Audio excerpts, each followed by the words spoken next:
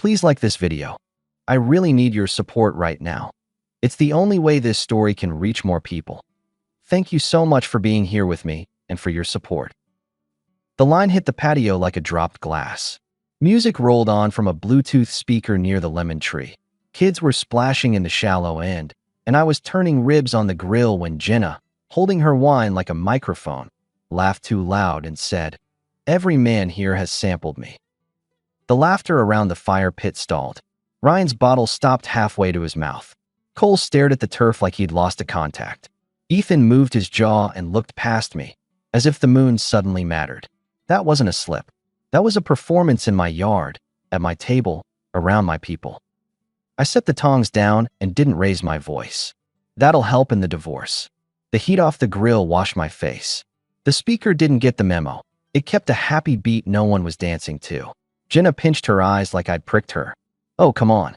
It's a joke." "Ryan," I asked without looking at her. He didn't answer. He pulled the bottle from his lips and pressed his tongue to his molars, scanning the fence line. "Cole," I said. He tried to smile. It was before. Old news. Ethan cleared his throat. "Once. I didn't know you two were serious, man." Jenna put a hand on my arm. "Stop. You're ruining my party." I took her hand off me like it was warm plastic. Then I turned to the three men I had known since college and built a company with. "Gates that way," I told them. "We're done." "Wait," Ryan said. "Todd." "Don't." I cut him off. "You three standing in my yard while my wife plays open mic? Not tonight. Not again." Cole's face twitched. "It was before. You heard me." Neighbors went quiet. My project manager, Lila, stood with a plate of potato salad and her eyes wide. My next-door guy, Frank, froze halfway through a story about his new sprinkler controller. It was Phoenix in July, and the air itself watched. Jenna tried to laugh it off. "He can't take a joke." I looked at the guests. "Party's over." Then back at her. "And you're packing." If I'd known where it was headed, I'd have shut it down right then. But I wanted facts, not noise. The first people started collecting kids and towels. I walked the trio to the gate. No yelling. No drama. Just the quiet slide of the latch and the three of them on the other side of it, suddenly smaller. Ryan started to say something. I lifted my hand. He swallowed it and backed off. Jenna followed me across the patio, heels clicking on the travertin. "So now you're king?" "I've been running this house and that company," I told her. "You just found out there are rules. You're overreacting." I checked the grill, killed the gas. "Pack a bag. You're not throwing me out in front of. You wanted an audience." She grabbed my wrist. I looked down at her grip until she let go. "Pack," I repeated. "We'll talk after." "You won't really." I already did. I pulled my phone from my pocket and called Aaron. He picked up on the second ring. "You good?" "Swing by," I said. 15 minutes. On the way. Jenna heard the name and shook her head. "You called your brother? Are you serious?" "He's calm," I said. "He's fair. You want fair, right?" "You are unbelievable." "I am tired." The gate clicked again when Aaron's truck rolled up. He stepped into the yard like he was picking up a toolbox. Same face. He's a contractor with forearms like rope and a voice that keeps crews on schedule. He nodded at Jenna. "Grab what you need." She tried to pull him into it. "Aaron, he's being." "Not my lane," he said. "Let's go. I live here." "Then get what you want to take when you leave," I said. "You can come back for the rest with a list and notice." Aaron watched me, then her. "I'll wait at the curb." He turned and left. She stood there, eyes on me, then on the house, calculating. She went in without slamming a door. That was something. I stood by the grill and scraped it, slow strokes, like it was any Sunday night. She came back with a tote and a rolled-up makeup bag. "You'll regret humiliating me." "You humiliated me," I said. I just closed the tab. "There were people here," she said. "You didn't have to." "You pick people," I said. "You did it in public. So we fix it in public." She stared another second, then left. Aaron didn't look at me. He opened the passenger door and nodded. The truck taillights turned at the end of the street and disappeared. The yard was quiet except for a neighbor's misting system hissing to life. I went back to the grill, covered it, and stacked the plates. I wasn't shaking. I was making decisions. If I'd believed the night would be the worst of it, I'd have slept. I knew better. Monday morning, the heat bounced off the glass of our office building like it was trying to get inside. I got in early, closed the door, and wrote 3 letters. Voluntary resignations with the blanks filled. 3 termination notices for cause, with the policy sections printed in bold. The policy came from me, yes, but it had been there because most of our hiring runs on trust and access. I sent 1 calendar invite. Conference room A, 8:30. Mandatory. They came in together, like we were back in college and late for a lab we hadn't studied for. Ryan sat, flopped his arms on the table, tried to smirk. Cole chose the end chair like he was at a deposition he didn't cause. Ethan took the seat nearest the door and stared at the frosted window like it could save him. I slid the 2 stacks into the center. Pick one. Ryan frowned. You firing us? I'm giving you a choice, I answered. Walk out clean or walk out with a reason stapled to your file. Cole pulled 1 page closer with 2 fingers. This is extreme. What you 3 did was extreme. You sat at my table for years, came into my house every weekend, and never said a word. Meanwhile, my wife stood on my patio and cracked a joke with your names under it. It was before you 2 were married. Ethan tried. You hit it after. Ryan leaned forward. This is personal. It's got nothing to do with the job. You've been my senior engineer, my operations guy, and my estimator, I told them. We don't run on a clock here. We run on loyalty. Clients call me at 9 at night. I call you, you show up, and I put you in rooms based on trust. You didn't look me in the eye and hold back? That's not a different bucket. That's the same water. Cole rubbed his temple. We didn't lie. We just didn't bring up ancient history. You let me build around you while you kept a secret with a price tag on it, I said. You let her sit in our box seats, share our trips, build a social circle on the company's dime, and you said nothing. That's not ancient. That's current. Ryan jabbed a finger at the papers. This is wrong, Ty. What would you do in my position? Let me pause the story for just a second. If you're still here, please hit the like button. It really helps YouTube recommend this story to more people. Thank you so much for your support. Now, let's get back to the story. I'd handle my household in my house, he said. Not here. I did both, I said. You're not in my house. This is the office. Read the policy. Ethan took the termination notice and scanned it. Violation of corporate ethics. Reputational risk. Conflict of interest. You wrote this to be flexible. I wrote it because we hire friends, and friends can burn a business down when they get sloppy, I said. Choose. Cole licked his lips. We go quiet, and you bury us here. You resign, and you leave with a handshake, I replied. Or you get tagged for cause, and anyone who calls me hears exactly why. Ryan shoved back his chair. You can't be serious. I'm done being played, I said. Pick a page. Ethan looked between us. Ty, come on, one stupid joke. That joke told my clients, neighbors, and half our staff something I didn't know, I said. And your faces said it was true. Cole finally reached for a pen. His hand shook, then steadied. He signed the resignation. Ryan watched him like he'd just committed treason. Ethan sighed and grabbed a pen. You'll regret making this public. You made it public, I said. Ryan didn't sign. He grabbed the cause notice and pushed it back at me. There's your show. Fire me. I initialed the bottom line and slid it to HR through the open door. Please process that, I told Pam without looking away from Ryan. Escort when ready. Pam's heels tapped away. Ryan stood up. I'll see you again, man. I figured. He left. Cole and Ethan followed with the silence of people who realize the light they've been standing in is turning red. When the door shut, I sat with the quiet. Then I picked up the phone, called accounting, and froze their company cards. The lock codes for the building changed by 10. I went into our Slack and posted a short note to the management channel. Personnel changes today, details by end of day. Meanwhile, client coverage will be handled by me and Lila. Questions, ping me directly. I pinged Lila. You okay to pull double this week? She replied, got you. And you good? Better than yesterday. She knocked and poked her head in with her laptop at her hip. That was a lot. It was overdue. You want me in the room for any mess? You'll get it, I said, but not today. She nodded, measured. Lila doesn't fill silence. That's one reason she's still here. By the way, she added quietly, the patio last night, I was there. You handled it. That wasn't handling, I said. That was the first step. Understood, she said and left. When I got back to my desk, my phone buzzed. Jenna. I let it ring out, then went to my calendar and blocked off the afternoon. I didn't trust my temper. I trusted my systems. I came home early.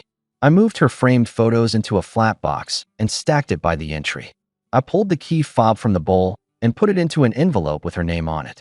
I changed the alarm code and left a new one for her brother to use if she needed to grab furniture with a mover later. I texted Aaron, access for her stuff will be scheduled. Thanks for last night. He texted back a thumbs up and nothing else, as usual. Jenna called again. Then again. I didn't pick up. If she wanted to talk, she could use the front door like a person. She showed up an hour later. I opened the door and leaned on it. You're not answering, she said. I'm answering now. We need to talk. After you collect your things, I said. The spare bedroom closet is empty. Use it. You're punishing me. I'm protecting my boundaries. From your wife. From disrespect. She huffed. It was a joke. Say it again for the room, I answered. I want to hear how it lands. You're enjoying this. No, I said. I'm doing this. Then say what you want, she said. Tell me what the fix is. You pack, I told her. Aaron picks you up. We put distance in place. Then I'll listen. But the outcome is likely the same. Divorce. Consequences, I said. Call it whatever you like. Her face tightened. She stepped in past me, grabbed the box by the entry, and carried it down the hall. I watched her go. She didn't slam, didn't cry. She handled picture frames and jewelry like she was late to a flight.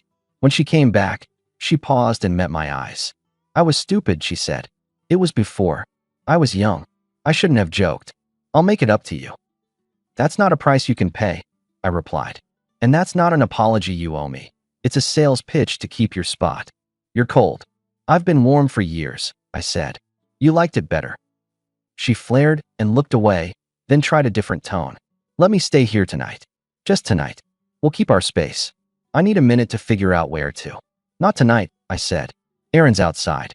Right on cue, his horn chirped, one short honk. I texted him when she pulled up.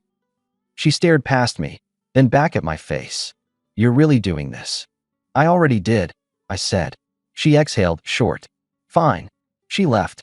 The house felt larger when the door clicked behind her. The quiet didn't echo. It settled. My phone lit an hour later with texts from Cole and Ethan I didn't answer. It lit again the next morning. A formal notice from a lawyer they'd hired.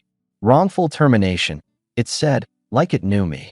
The demand letter had phrases about personal history not impacting professional performance, retaliatory dismissal, lack of due process. They moved quicker than I expected. I smiled without joy and put my jacket on. I drove to Hendricks and Lowe because the firm's managing partner had spoken at a business breakfast 3 years ago and passed out a card I never threw away. I walked into the lobby, gave my name, and sat in a chair that tried to make me feel shorter. A young attorney came out to get me. She looked like a grad student the world hadn't yet broken. Smart eyes, calm face, hair pulled into something tidy. Maya Chun, she said, holding out a hand. You're Tyler. I am. Conference room 3, she said. She let me talk for 3 minutes, then held up a finger. Let me see the letters you gave them. I handed them across. She scanned. Policy language is clean, she said. Not perfect, but usable. They're going to argue I fired them for something in my living room. They're going to argue you made an emotional call, she said, and that you violated your own procedures. We'll show it as a breakdown of trust in a culture built on access. It matters when you built that culture around yourself. That sounds flattering. It's not a compliment, she said. It's an argument for alignment. Your leadership brand is the business's brand. They knew it. So did your wife. I raised an eyebrow. You heard the party part?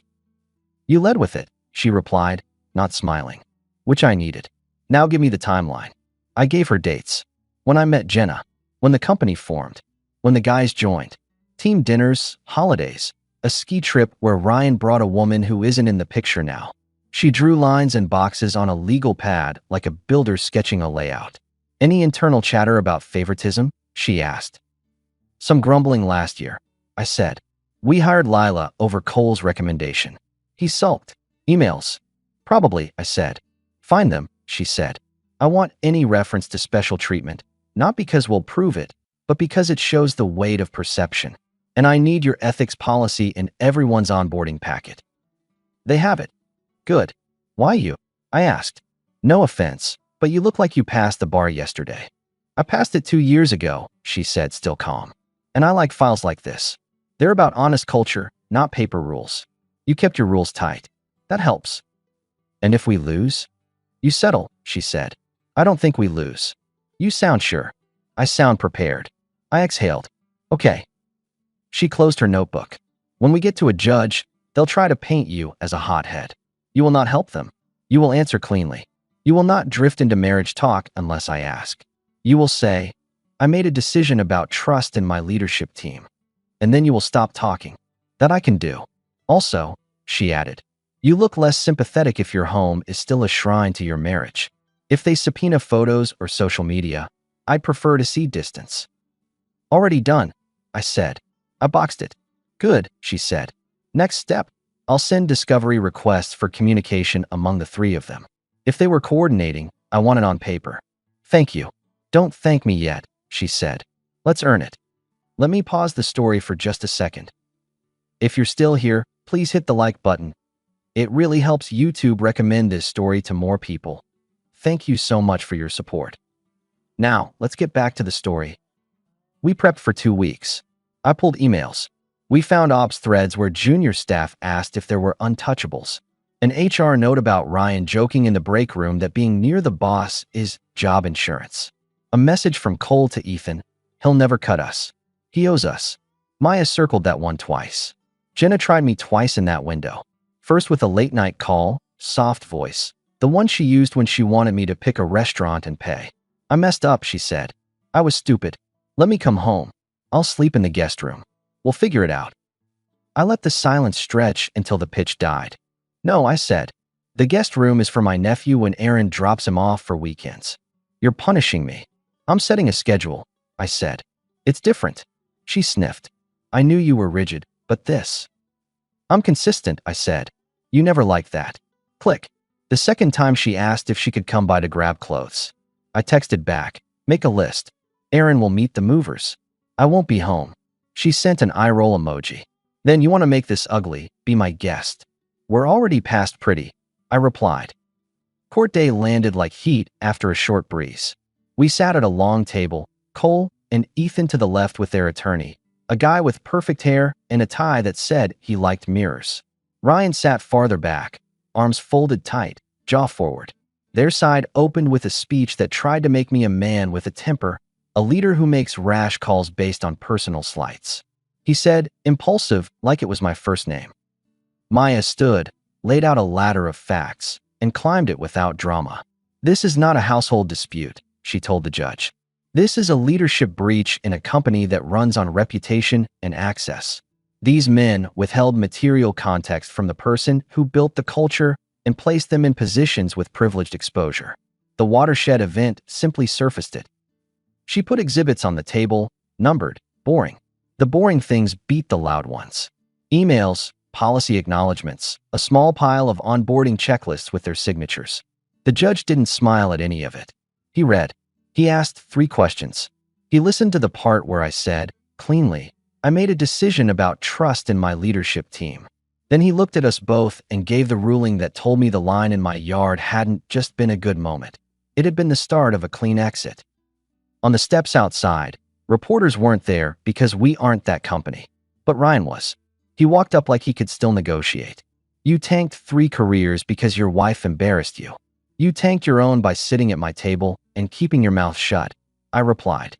And I fixed my standards where they should have been. Cole tried to cut in. Can we talk? We just did, I said and turned away.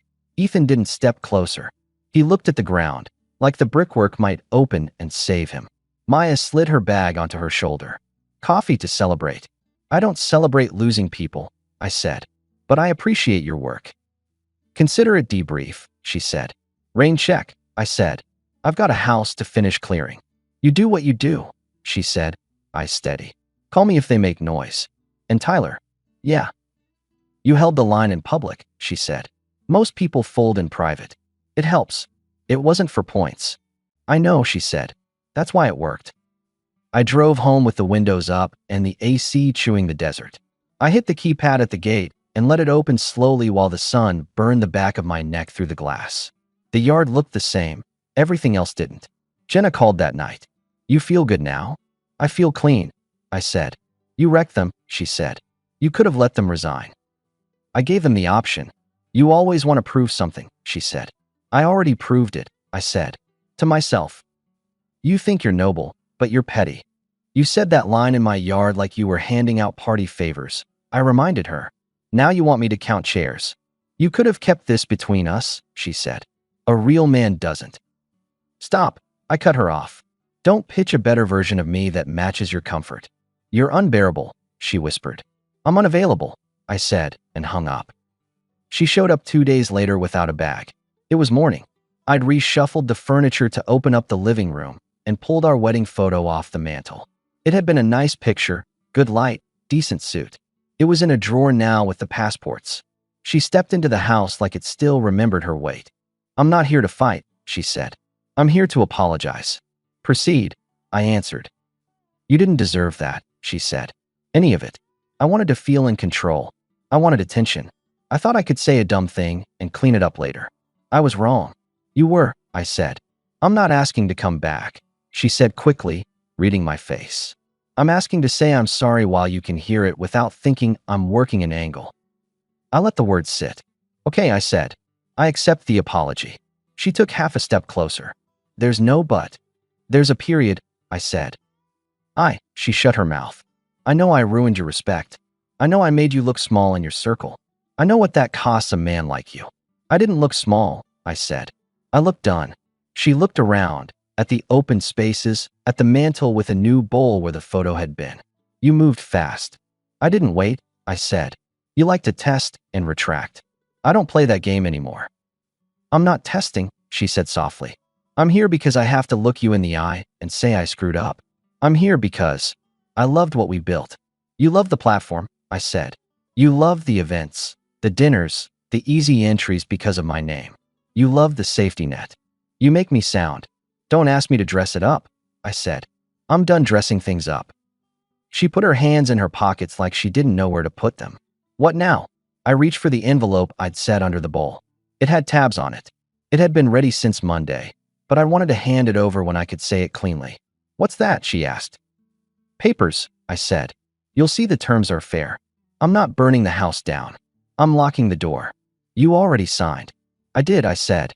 You can add your signature and we can end this like adults. No noise. No last-minute theatrics. She took the envelope but didn't open it. Is there anything I can say to change this? There's a lot you could say, I said. It wouldn't change it. You're not even angry. I said. Then I picked a line and crossed it. You'll find someone else and pretend none of this happened? I won't pretend, I said. I'll remember. I'll do better. And what about me? You'll learn, I said. Or you won't. Either way, this part is over. She stared a second longer, then looked down and nodded once, a stiff little motion that probably hurt her neck. I'll sign. Give it to Aaron, I said. He'll get it to the right hands. You won't even let me return it here? She asked, lifting her chin. No, I said. This door is for other things now. She didn't cry. She didn't shout. She walked to the threshold and paused. You're colder than I thought. I'm clearer than you wanted, I said. She left. The envelope slid under her arm like a prop that had found the right scene. I took a breath, felt air fill a space that had been at half capacity for too long, and picked up my keys. If the story needed a victory dance, it didn't get one. It got appointments kept on time, staff meetings where people asked fair questions and got direct answers, and an office where Lila moved into Ethan's desk and didn't miss a beat. It got 2 new hires recommended by a guy in Dallas who used to compete with us and now wanted to trade work. It got me answering my own door at 9 at night to my brother's kid grinning around a popsicle, asking if the guest room had the cool blanket. It did. 3 weeks after the papers went out, I ran into Frank at the mailbox. He leaned on the metal and squinted at the morning. Heard you had a party blow up, he said. You were there, Frank, I said. You watched it. I pretended I didn't, he said. But I saw you keep your voice down. That's rare. I don't do noise, I said. You trimmed your hedges, he noted, like that was related. I trimmed more than that, I said. Good for you, he said, then lowered his voice. Saw Ryan at the hardware store. He looked like a man who cut his own hose by mistake. He'll live. He will, I said. Some of us learn from sharp objects. He laughed and walked back to his driveway shaking his head. Lila caught me in the hallway later. Lunch with a potential client at 1, she said. He asked for you. I'll be there. And, she added, a beat longer. Maya called to say the appeal window ticked by with no action. That file is closed. Tell her thank you. Tell her yourself, Lila said, biting back a smile. She invited you for coffee again. Is this you pushing me into social life? This is me keeping you alive, she said. Fine, I said. Put it in the calendar for Friday. Friday afternoon, I showed up at a small place 2 blocks from the courthouse. Maya was already at a table with 2 mugs and a legal pad she didn't open. You look less tired, she said. I moved furniture, I replied. It helps. I like winning, she said. I like earning it, I said. She held my eyes a second. You want to talk about anything not in a file? Sure, I said. Tell me why you like boring exhibits. They don't argue back, she said. And they don't lie. People do. That they do. We talked for an hour about old cases and how small businesses live or die by the worst 5 minutes in a year. We didn't talk about Jenna. We didn't need to. 2 months later, the house was different. I replaced the big sectional with 2 smaller couches and a sturdy chair that fit me. I parked a used Tundra in the driveway and sold the SUV Jenna insisted on because it fit our brand. My brother and I built a workbench in the garage and evened out the shelves we'd never bothered to level. I started lifting again in the mornings and made eggs in a pan that didn't have a matching set because it didn't need one. People ask about endings like they come with theme music. They don't. They come with initiative and clean paper. They come with reliable people in the right seats and unreliable people removed with a signature rather than a scene. Jenna's name comes up now and then. I know she moved in with a friend across town. I heard from someone that she tried a new job in events and it didn't stick because the invites changed and she couldn't leverage mine. I don't chase the details. I don't need to see where it landed to know where I'm standing. My final word to her happened at the door when I handed her the envelope. That was the point. She wanted control, comfort, and status without the price. I bought the price at the counter, in public, quietly. I paid once. When I lock up at night, I walk through a house that doesn't owe me an apology. The yard still bakes at dusk, and the lemon tree is still stubborn. Sometimes I catch a game with Frank. Sometimes Aaron rolls by with his kid for burgers. Sometimes Maya meets me for coffee that turns into dinner, and we talk about anything except courtrooms. If you're waiting for a romantic last-minute rescue of the old story, you'll be waiting alone. I rescued myself. Jenna slid her line across my patio and expected me to juggle it. I put it down. I picked up mine. We're done.